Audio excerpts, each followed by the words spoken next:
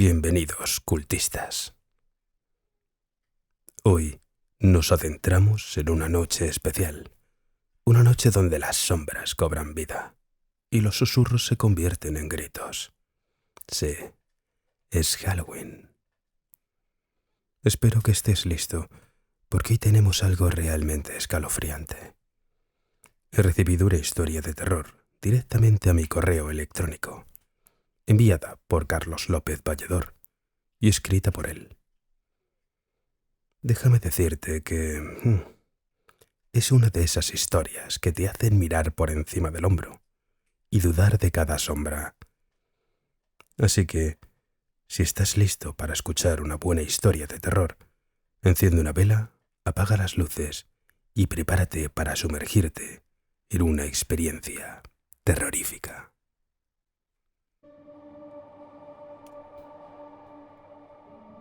El joven Charles Warren, que vivía con su familia en Arizona, había sido invitado por su tío James a pasar una temporada junto a él, sus amigos y socios, en la mina de oro que tenían en propiedad al sur de Grey Canyon. James había recibido numerosas cartas de su hermano Ethan, en las que se quejaba del comportamiento del chico, pues, con 17 años recién cumplidos, Charles estaba ansioso por dejar la granja familiar e irse a buscar fortuna a Colorado. Así que James había recomendado a su hermano que le enviara a su sobrino para enseñarle el duro oficio del minero de oro, y así tal vez al chico se le bajarían los humos y recapacitaría. De esta manera, el joven Charles Warren no tardó en presentarse en la mina Kerry Warren Richardson & Company.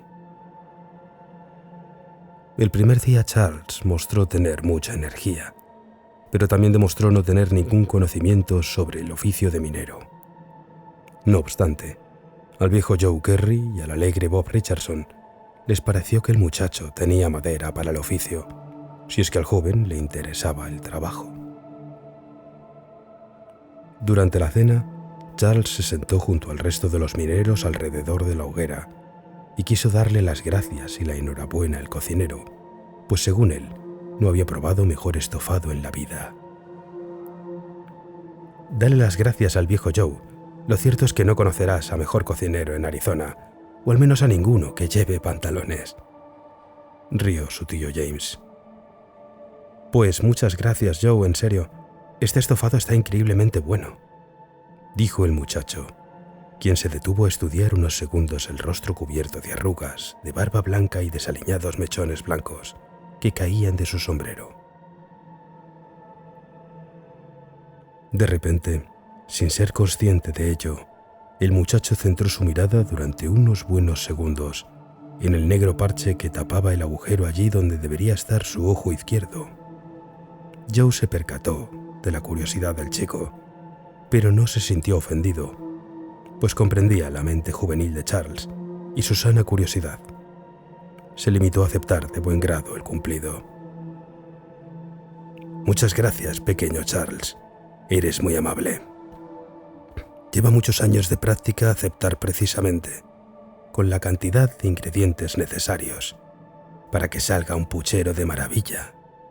Y no es por fardar, pero puedes preguntarle a cualquiera.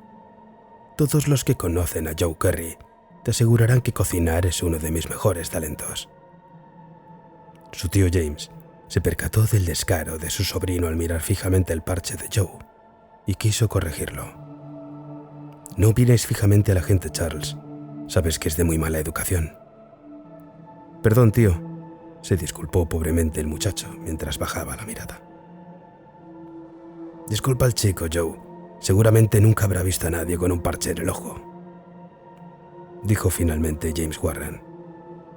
Joe Kerry no parecía ofendido en lo más mínimo. Se limitó a sonreír y emitir un gruñido de afirmación, para luego explicar su parecer. No hay nada que disculpar, Jimmy. El muchacho está viendo una cara un poco común y siente curiosidad. No te preocupes y no seas duro con él. Con su edad es lo normal. Pero entonces intervino el bromista de Bob Richardson. ¿Entonces no vas a contarle cómo ocurrió? Me encanta esa historia. Maldita sea Robert Richardson, que el diablo te lleve. ¿Para qué haces preguntas por boca del pobre chico? Por todos los cielos, el muchacho no sabe nada, y tal vez sea mejor así. Es su primer día en la mina y no quiero asustarlo, estalló el viejo Joe. ¿Asustarme? ¿De qué iba a asustarme?, preguntó Charles, queriendo hacerse el valiente. ¿Ves lo que has hecho, Bob? Ahora tendré que contárselo, bufó el viejo. Yo no quería, quiero decir, que no tiene por qué. Quiso disculparse el joven. No te preocupes, muchacho. Tarde o temprano tendrías que oír esta historia. Pero ahora no sé qué vas a pensar del viejo Joe Carey. Lo más probable es que pienses que esté loco, o que estoy exagerando, o incluso que me equivoqué en su día, y creí ver lo que no vi. Pero lo vi, tan cierto como que ahora es de noche. De esta manera, Joe sacó su pipa y comenzó a prepararla para fumar, mientras comenzaba a contar su relato.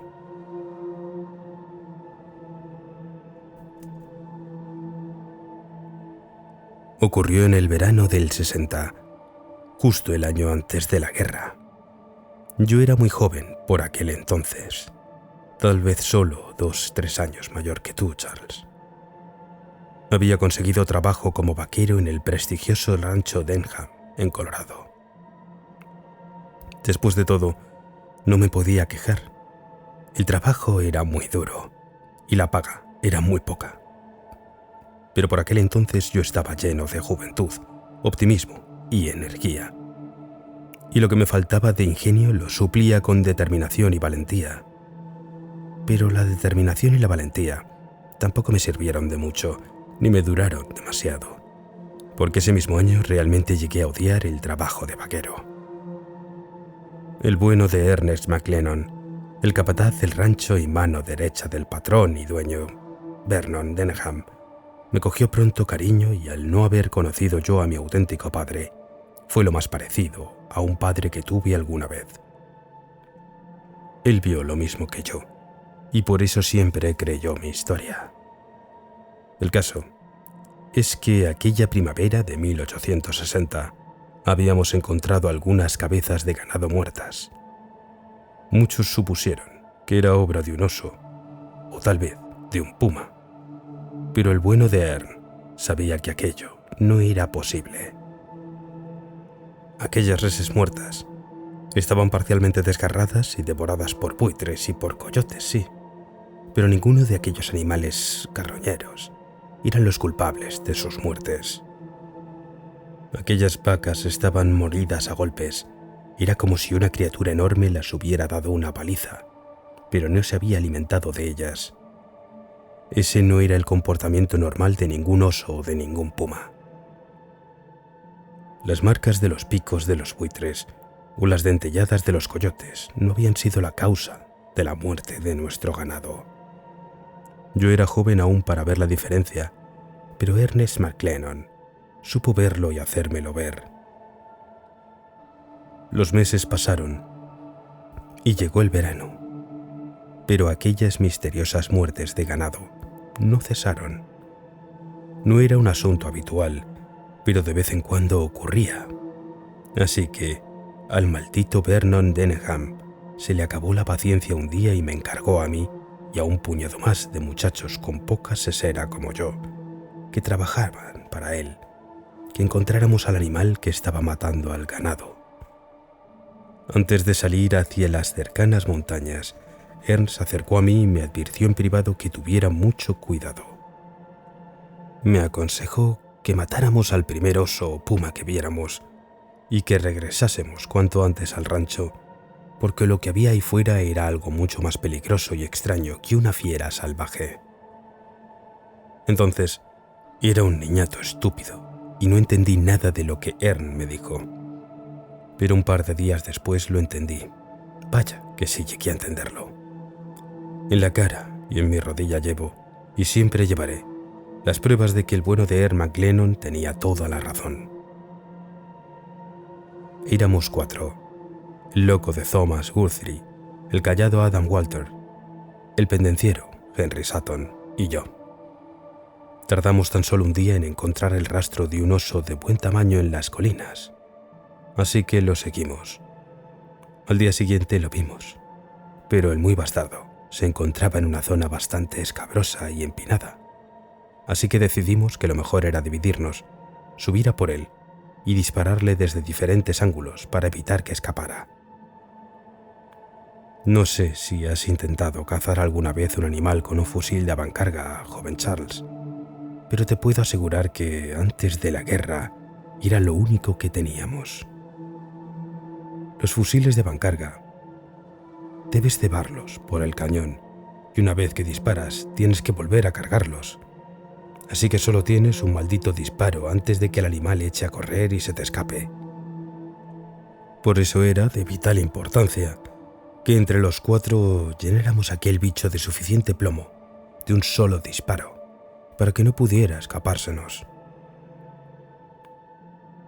Tomamos posiciones y yo tardé un buen rato en llegar hasta un saliente, desde donde pude ver al oso a lo lejos, por un flanco.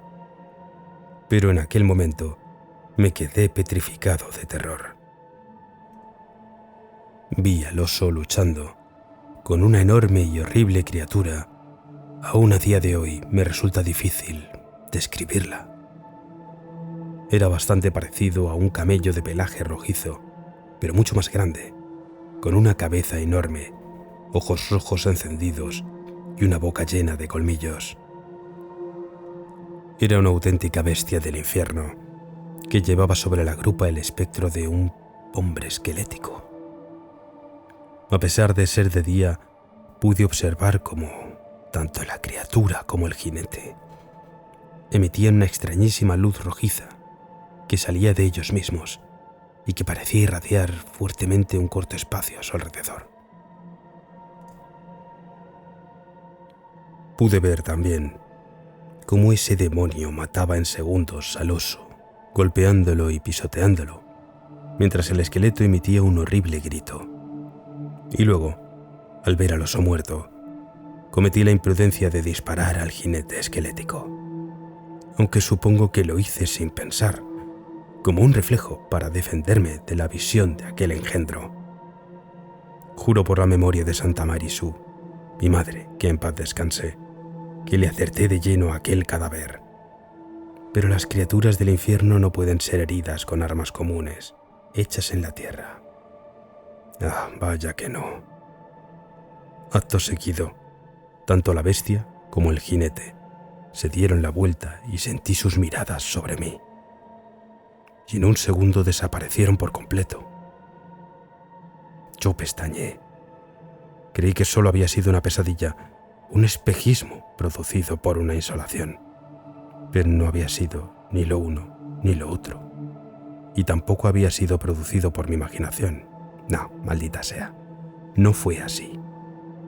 En un instante el enorme demonio rojo, irradiando su extraña luz rojiza y montando por el extraño esqueleto, apareció justo a un escaso par de metros de mí y me embistió tirándome del saliente. Juro por el bueno de Ernest McLennan y por mi madre Marisú, que en paz descanse ambos, que no me caí ni me tiré del saliente. El fantasma rojo me empujó. Noté su asqueroso pelaje, el empujón y el olor a cadáver podrido que despedía. Él me tiró, por mucho que la asquerosa ratra de Henry Sutton no declarara lo mismo ante el patrón. Tuve suerte. Calculan que caí unos 7 metros antes de golpearme con las rocas de la ladera y rodar otros 9 metros pendiente abajo. Fue en esa caída donde, al golpearme el ojo izquierdo con una piedra, lo perdí por completo y mi rodilla en ese mismo lado también sufrió un fuerte golpe. Por eso siempre cojeo de la pierna izquierda. Desde entonces, podía haberme partido la espalda y haberme quedado sin piernas o, mucho peor, y haberme partido el cráneo, quedándome tieso allí mismo, pero no. Quiso la fortuna, o tal vez lo quiso nuestro Señor Todopoderoso, que tan solo tuviera que llevar de por vida este parche para ocultar la horrible cicatriz de mi rostro, y que caminara cojeando siempre de mi lado izquierdo, como recordatorio de mi encuentro con aquel espectro del infierno. Cuando desperté, me encontraba en cama, en el rancho. No se volvió a saber nada de Thomas Gurthy ni de Adam Walter. Jamás volví a verlos. Y no me extraña, no los culpo. Yo también habría huido al ver aquella horrible aparición de no haber sido atacado por ella. Tengo claro que no me habría detenido hasta haber llegado a la orilla este del Mississippi. Pero aquella rata de Henry Sutton nunca dijo la verdad.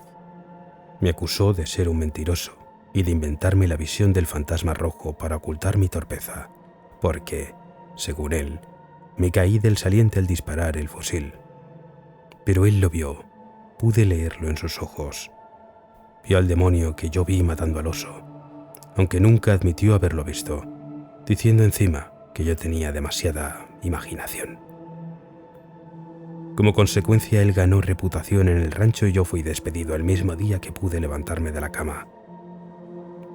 En cuanto me despidieron, el bueno de Ernest McLennan, el mismísimo capataz del rancho de Denham, recogió su paga y presentó su renuncia al trabajo.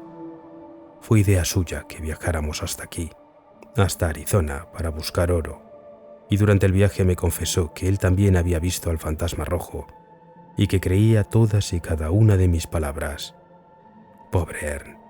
Un año más tarde nos alistamos en el ejército confederado y 2 años después murió cuando una maldita bala yanqui le atravesó la cabeza de parte a parte. Al menos fue rápido y no sufrió. Eso es todo, hijo.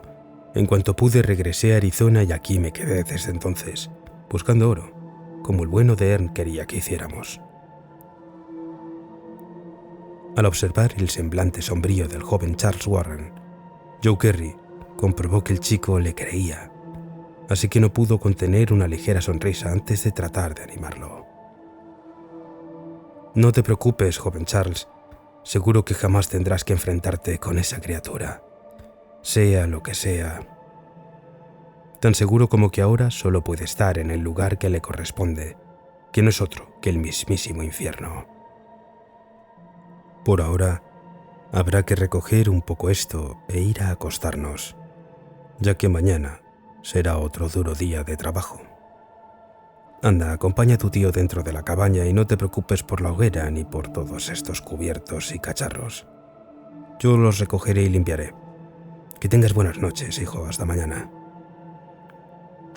Charles Warren hizo lo que le dijeron y cuando estaba ya cerca de la cabaña, a una distancia prudencial del campamento nocturno y lejos de los oídos de Joe Kerry, Jimmy Warren le habló a su sobrino. No creas esas tonterías que te ha contado el viejo Joe, Charles.